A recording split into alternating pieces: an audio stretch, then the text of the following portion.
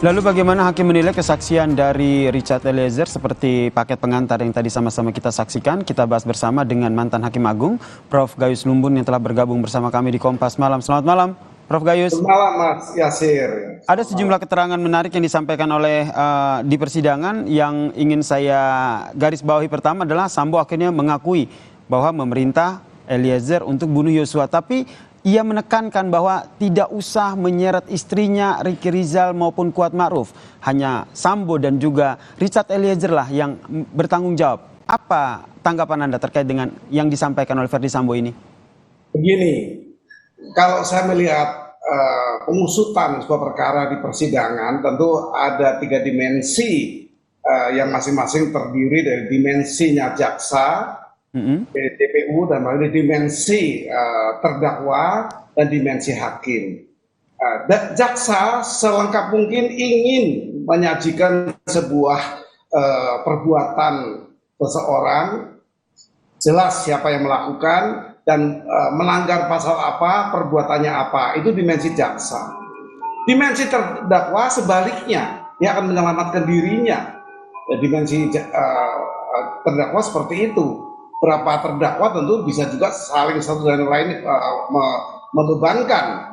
Hanya diharapkan dimensi hakimlah yang bisa memperhatikan dengan baik, mengukur kebenaran yang material seperti apa dari keterangan-keterangan itu. Dan sumber dari hal-hal yang menyangkut ketiga dimensi itu adalah dakwaan.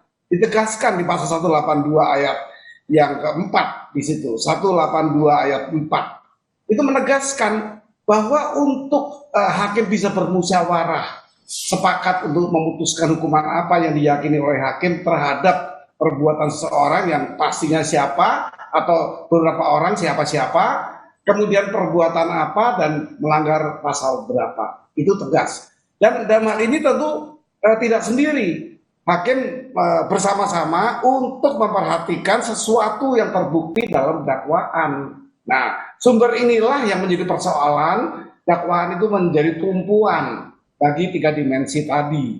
Hakim meyakini, kemudian bisa memutuskan secara bersama-sama, dan tentunya saya ulangi lagi di pasal 182 ayat 4 itu menegaskan harus musyawarah itu berdasarkan dakwaan. Itu. Jadi adakah dakwaan di sana mengenai apa diutarakan, itu kita lihat bersama-sama, kita saksikan nanti.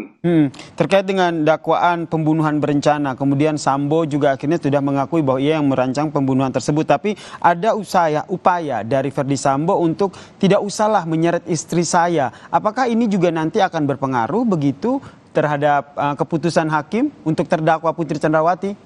Hakim akan dengan teliti melihat pembuktian dari dakwaan. Kemudian bagaimana pelaku terdakwa utama perbuatan ini, kemudian ada yang melaksanakan perintah dan membunuh. Ini semua nanti akan diperhatikan oleh hakim masing-masing, karena sudah tepat pasal 55 dan 56 mana yang akan tepat ikut serta begitu ya? Iya, yang ikut serta dengan hukuman yang sama. Kalau ikut serta hanya saja Eliezer ini kan termasuk justice kolaborator yang punya peran yang penting. Nah, peran itu apakah nanti bermanfaat atau tidak, hakim yang menentukan. Kalau tidak, ya tidak ada pemotongan sama sekali. Tidak menjamin JC itu harus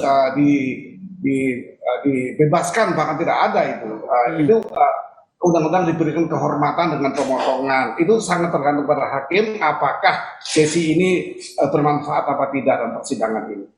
Dan Anda melihat Richard Eliezer ini sangat konsisten begitu menjadi JC dalam mengungkap kasus ini? Sementara ini memang Eliezer sudah menyampaikan apa yang terjadi. Tetapi kalau hanya itu kan semua saksi juga demikian. Bukan JC saja. Yang melihat langsung, yang mendengar langsung dan mengalami itu memang seperti itu. Kalau sekedar itu saksi bukan JC.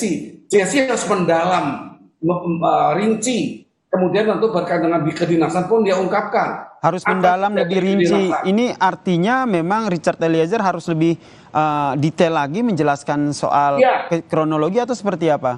Iya, seperti itu. Tentu ada masukan di luar saksi yang tadi saya sebutkan, karena dia bukan saksi. Ya, ini JC.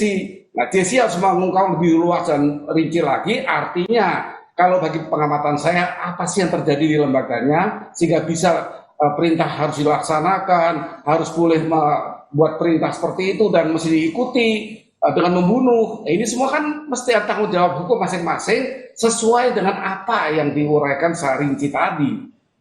Baik, tapi dengan kata lain Anda ingin bilang bahwa Richard Eliezer ini belum sepenuhnya menjadi JC ketika ditanyai oleh hakim terkait dengan kasus ini?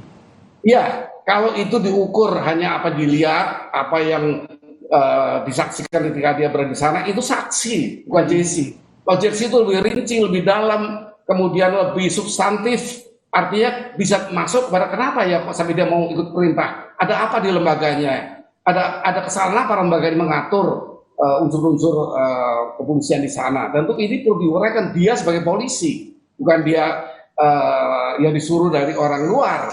Tentu dia akan bermanfaat dan dihormati kerjasamanya kalau dia bisa menguraikan tidak sekedar sebagai apa yang saksi melihat, mengalami dan mendengar sendiri, tetapi lebih dari itu. Kemudian nanti apa yang akhirnya lebih meyakinkan hakim terkait dengan keterangan yang disampaikan oleh saksi? Karena tadi seperti kata Anda, Prof, saksi Eliezer juga menyampaikan apa yang menjadi kesaksiannya pun sama dengan saksi-saksi lain. Ya, itulah saya katakan, JC ini punya kekhususan, ada manfaat yang ditemukan oleh hakim untuk memutus perkara ini dan semua aparat yang ada di peradilan memandang memang ada manfaat JC, bukan saksi. Ini yang saya perlu sampaikan jika publik dia tahu ada apa perbedaannya karena ada keistimewaan diberikan. Tentu harus ada lebih dari apa yang sudah ada di tempat di orang lain, yaitu saksi pada umumnya. Tapi saya melihat Eliezer sudah berusaha maksimal untuk apa yang dia bisa lakukan. Tapi mungkin ya kalau bisa lebih luas dari itu pandangan saya. Oke, kemudian masih dari keterangan yang disampaikan Eliezer, tadi juga kita lihat di persidangan memang ada beberapa hal yang tetap dibantah oleh Verdi Sambo begitu terkait dengan diksi yang terbaru disampaikan oleh Eliezer adalah doktrin. Eliezer bilang bahwa saya didoktrin oleh Verdi Sambo. Ini nampaknya belum tersampaikan di sidang-sidang sebelumnya. Anda melihatnya seperti apa? Ya, tentu saksi JC itu nggak berdiri sendiri. Seringkali saya sampaikan harus ada ahli di sini, ahli di semua bidang untuk memperkuat semua keterangan. Ini mesti semua mempunyai hak yang sama untuk keadilannya. Pelaku, korban, termasuk petugasnya itu punya keadilan. Fair trial itu harus ada di persidangan pidana sehingga terungkap apa yang sejatinya terjadi. Ahli seperti apa ya nantinya akan dihadirkan untuk menguatkan apa yang disampaikan oleh Richard Eliezer ini?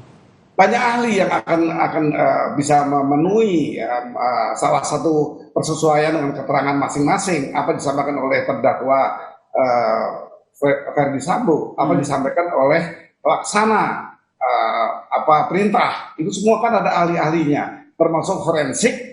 Dan kemudian ada balistik yang menunjukkan berapa kali tembakan. Kemudian yang ditembak disebut oleh Verdi Sambo itu ketika yang mana, berapa itu apakah sudah mati masih hidup. Nah, itu ahli bisa mengukur kapan jam matinya itu ketika tembakan pertama kalinya. Kalau sudah mati berarti kalaupun terdakwa utama ini menembakkan itu memiliki hitungan yang lain bagi kejahatan ya. Dia menembak orang mati, bukan menembak orang hidup atau menembak orang yang masih hidup karena dakwaannya adalah pembunuhan berencana. Seperti itu. Oke, berarti nanti keterangan yang disampaikan oleh para saksi, baik Richard Eliezer maupun para saksi lain ini akan diperkuat lagi. Puzzle-puzzlenya ini akan diperkuat lagi ataupun dirangkai lagi oleh majelis hakim dengan mendengarkan keterangan dari sejumlah ahli ya, Prof? Betul sekali. Kita punya banyak pengalaman persidangan seperti ini, Kopi Sianida dan yang lain itu memperkuat pengalaman-pengalaman peradilan sehingga saksi itu menjadi penting untuk mengaitkan keyakinan hakim. Baik, terima kasih Profesor Gayus Lumbun, mantan Hakim Agung telah bergabung bersama kami di Kompas Malam membahas terkait dengan bagaimana kesaksian yang disampaikan oleh Richard Eliezer dalam persidangan kali ini. Salam sehat, Prof. Terima kasih Mas Yasir, selamat bertugas.